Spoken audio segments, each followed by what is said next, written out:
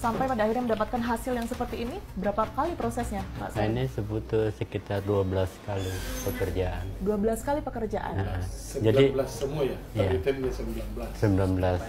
Ya, karena salah satu saja yang rusak, salah, maka gagal. Dibuang itu ya? Dibuang. Jadi dari 19 itu harus mulus semua. Itu apa aja prosesnya, Pak Ya, Saruna? pertama pencetakan UV, lalu pencetakan UV di muka Tali itu dulu. 3 kali. Tali dulu. Iya, oh ya. Tali air dulu. Tali air dulu, tali airnya sama benang.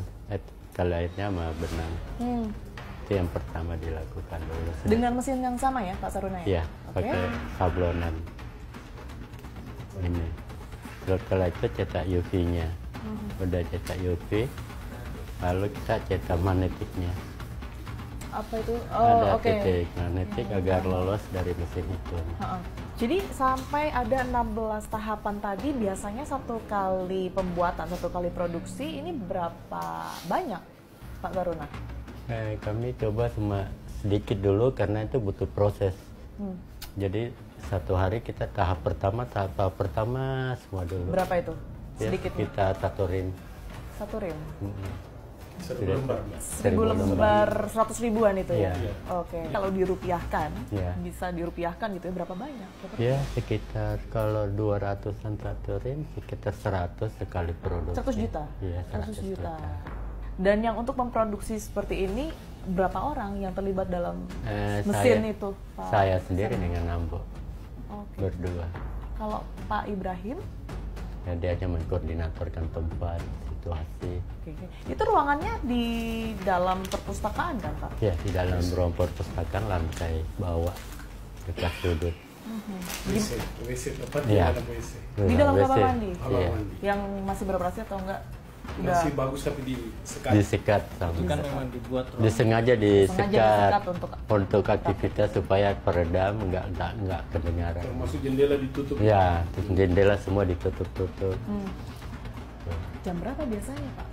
Terkadang Memproduksi kerja untuk itu pagi semua. jam 11 sampai jam 5 sore. Menjelang akhir-akhir ini sering biasa lembur sampai pagi, ada seminggu terakhir. Jam 11 sampai jam 5 sore bukannya kampus ramai ya? Iya, kampus ramai, cuma kami diajarkan untuk jam kerja saja.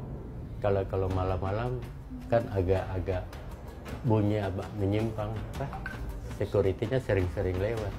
Kalau apa bahan-bahannya ya? Bahannya beda tempat lagi. Ya, dia di Di lantai lantai 2 Di gudang. di gudang. Jadi kan sebenarnya kalau saya berpikir membayangkan ya Pak, itu sebenarnya butuh untuk mondar-mandir dari lantai 1 ke lantai 2, bawa bahan dan lain sebagainya. Itu nggak ada yang curiga sama sekali. Nggak ada curiga. Alasannya apa kalau Ya, misalnya mereka pikir kita ditanyakan waktu itu? karena pernah kita cetak brosur sih, brosur kampus. Jadi mereka sambil waktu cetak brosur, kami memang sengaja buka pintu.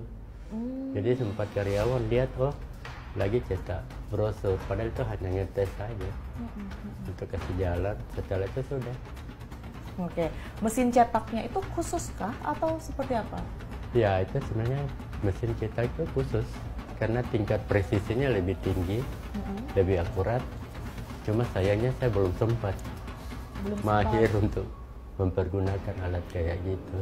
Oh, sebelum Andaikan itu bisa berjalan, kemungkinan tuh 2 hari 3 hari tuh habis bahan itu bisa Yang produksi. 40 dos. 40 itu hanya 2 hari 3 hari. 50 triliun itu Iya, cuman saja 3 hari karena lebih cepat berarti ya. karena lebih cepat. Kalau tadi 1 minggu dengan alat yang baru ini berapa? Ya palingnya 1 jam. 1 jam aja.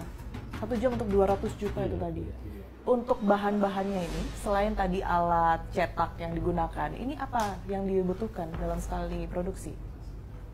Mungkin kertasnya seperti apa? Iya, kertasnya kertas khusus. Dia terbuat dari bahan koton.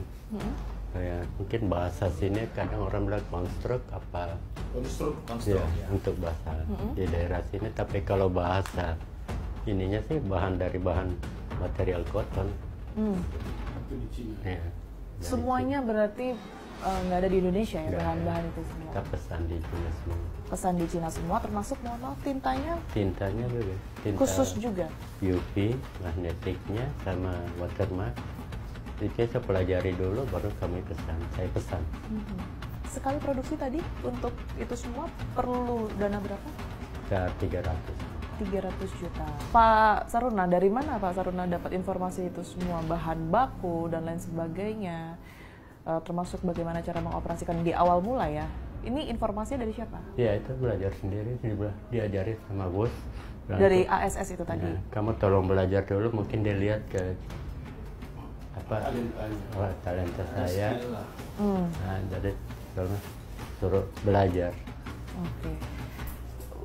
Sudah ada pembicaraan belum nanti setelah ini kan banyak ya dibikin 100.000 pecahan lain atau mungkin mata uang asing, apa itu juga jadi salah satu rencana? Nah, nggak ada. Nggak ada ya? Cuma ini enggak, karena baru-baru ada pesanan katanya berapa untuk pilkada. Saya nggak begitu serius untuk menanggapinya. Karena saya hasilnya tidak sempurna. Miliaran untuk pilkada, itu Pak ASS yang menyampaikan? Kan untuk pesanan dari Andi Ibrahim ya. Oh, Pak Andi Ibrahim. Dan itu sering terjadi pesanan untuk kepentingan pilkada? Nah, belum, karena kita mulainya mulai di bulan September. Apa yang kemudian ini dijanjikan sehingga Pak Saruna ini tertarik untuk bergabung, untuk memproduksi uang palsu yang jelas-jelas sudah ilegal? Ya, kami dijanjikan katanya nanti dikasih 1:10. Dijanjikan nanti saya belikan kamu tanah, rumah. Itu siapa yang mengatakan? Pak Andi Ibrahim. Setiap saya produksi 100 juta dengan bahan saya semua, dengan peralatan serta bahan yang saya tanggung sendiri, dikasih 10 juta. Sudah dapat berapa? Ya kalau itu kita nggak sampai 12 juta. Baik, terima kasih banyak Pak Saruna atas waktunya.